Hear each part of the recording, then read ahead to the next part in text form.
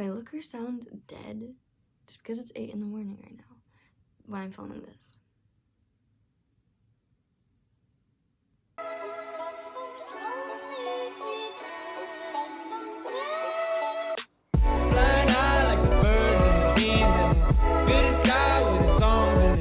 Hey guys, it's Jenna. Welcome back to my YouTube channel.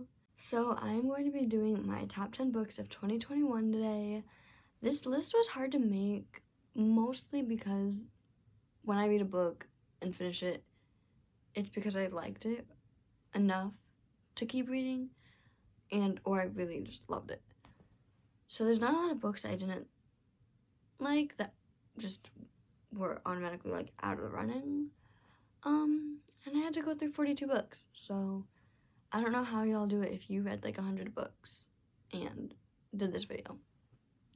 Anyways, with that being said, I came up with a list, and I think it's pretty accurate.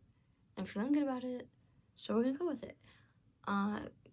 This is going from least favorite to favorite, so the last one will be the top favorite of 2021, and I am going to be putting pictures of the covers next to me, which is why I'm kind of on the side right now, because I don't have these books. I either unhauled them or I just never had them in the first place. Anyway, let's just get started. So coming up in number 10, we have Dear Evan Hansen by like 4 authors, half of which I couldn't even pronounce. I listened to Dear Evan Hansen on audiobook, and it was so fun, and I was really like into the book and enjoying it so much. I'm pretty sure it was like a full cast too, and it was so fun. The story is already like so good and emotional, and the characters are great, and the idea and the plot is so good. So I really enjoyed it, and I don't usually connect with audiobooks as much as I did here. Like, I never read like novels on audiobook, usually just like memoirs or poetry, so this was really good for me. It's rated kind of the lowest on this list only because since it was an audiobook, it didn't like have that same connection or like effect, if that makes any sense, especially compared to the other books that I have here content-wise. So number 9 is The Lake by Natasha Preston. I really liked The Lake. I have a reading vlog for it. If you guys want to go check it out, I'll have it down below. This was a YA mystery, so because it was YA and it was slightly underwhelming and predictable, now that I'm into like psychological thrillers and adult books, it was not as amazing and wow as the others, so that's why it's number 9. I do feel like I was kind of getting to predicting the ending, and once the ending came and you thought about everything that just happened, it was kind of like, oh, it wasn't like, oh my gosh, like you couldn't have expected it. It was more just like, okay, like wow, but like okay, you know. Number 8 is On the Come Up by Angie Thomas. This book was so good, and I love Angie Thomas. Like, I haven't read all of her books, but I love her writing and the messages and lessons and themes in her books. And for being YA, all of her books have such empowering just messages, and it leaves you feeling like just wow, and like you have to kind of think about them after reading them, like think about what you just read, which for me, I feel like for a YA author to do that is like so good. That being said, I'm only rating this a little lower because it is YA. So they were like, it was like, if that makes any sense. Again, I'm in the weird age where it's like I could read YA, but I also am into adult. So for me, what is like yay or not, it's just kind of eh. Number 7 is The Nightingale by Kristen Hanna. I really liked this book, and it was shocking for me because 1, I don't usually like historical fiction. I'm getting better with it now, but at the time, I didn't ever really pick up historical fiction. And 2, I thought Kristen Hanna was not a good writer. Like, I read Firefly Lane, and maybe it was just the content, but I did not like that book. But Nightingale was really good. I had a vlog where I read it for a day. Like, I had you guys following along with me as I read it for a day. It wasn't a full reading vlog, but it was just a day of reading. Anyway, I did really like this book. It was very good as far as content goes. Like, the plot kept you, like, wanting to keep reading. And the characters were really... I liked how they were written and who they were. And while they both were trying to go through this thing that was going on in the world and in their homes and their country, they were also going through personal things, like their relationships and family and friends. So it was all about a well-rounded book. But because I feel like it was an author that I didn't necessarily like, and it was a genre I didn't necessarily dabble in, it was way lower than some of my other books. So number 6 is Regretting You by Colleen Hoover. You guys knew a Colleen Hoover had to be in this, okay? Regretting You was so good. And it was about mother and daughter, and then within that, their own separate things going on. So good. And can I just talk about how it was, like, so not dramatic, but, like, there was so much going on within this little storyline. That's what I love about Colleen Hoover, is, like, there's so much more to the book than you think when you read the synopsis and when you are, even as you're reading. Like, there's so much going on as you go.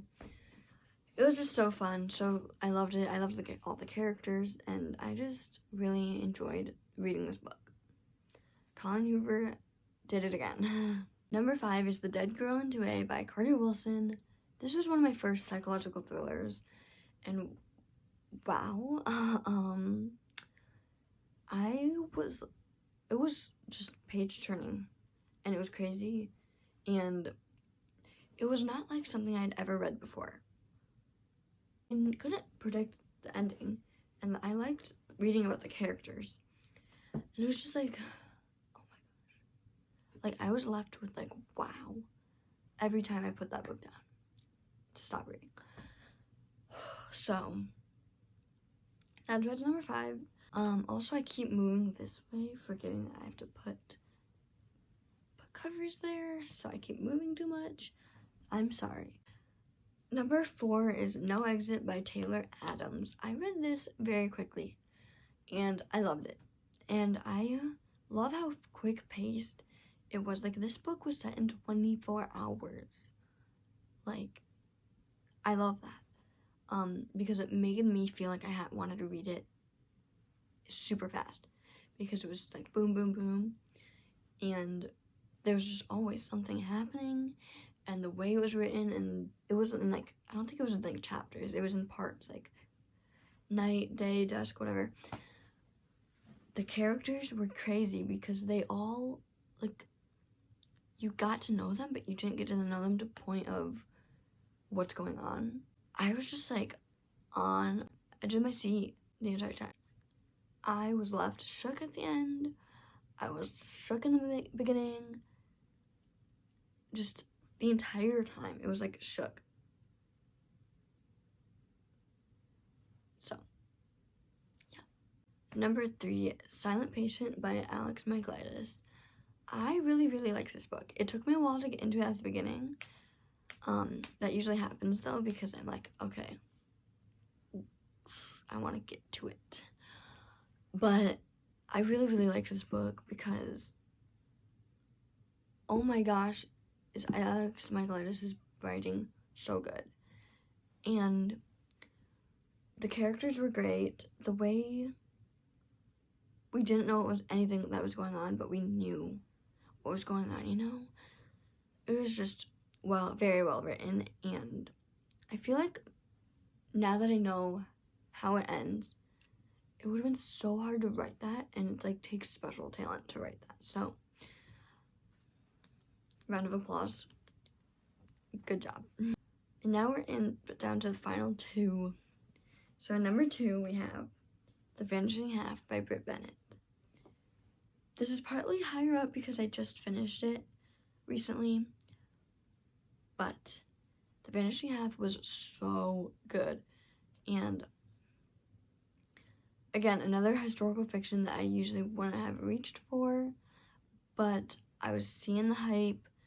It was a book I was reading for my lit class. Like, I don't know. It was just like, for being a book I didn't usually pick up, it was so good. All the characters I loved. I love how it was about family, but also culture, and just the themes of this book were so good, and how everything kind of came together. It was just like, so good. So good. So good. Oh, okay. I suck at explaining, so that's all I'm going to say for number 2.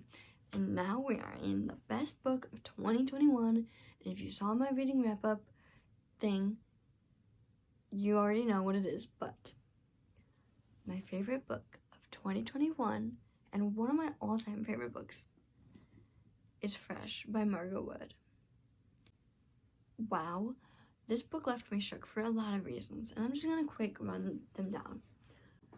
Number 1, the author, Margot Wood. So talented, so amazing, so funny. And before joining BookTube and joining Bookstagram, I would watch Epic Reads and just fall in love with like videos and the hauls and everything and the reviews. And that's kind of what inspired me to come to BookTube and Bookstagram.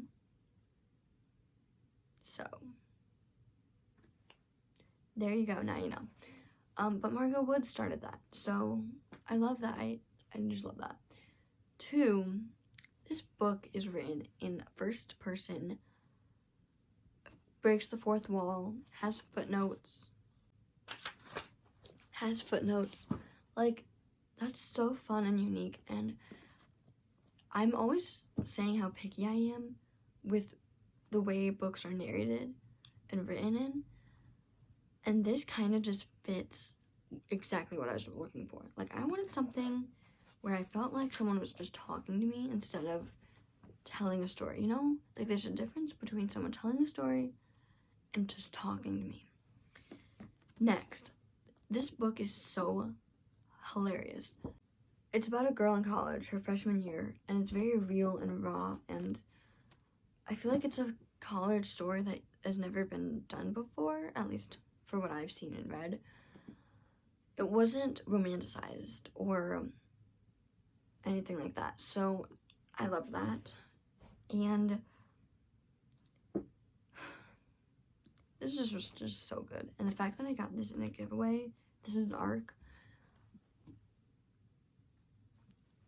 This is my baby now. Okay, this is my baby. Yeah.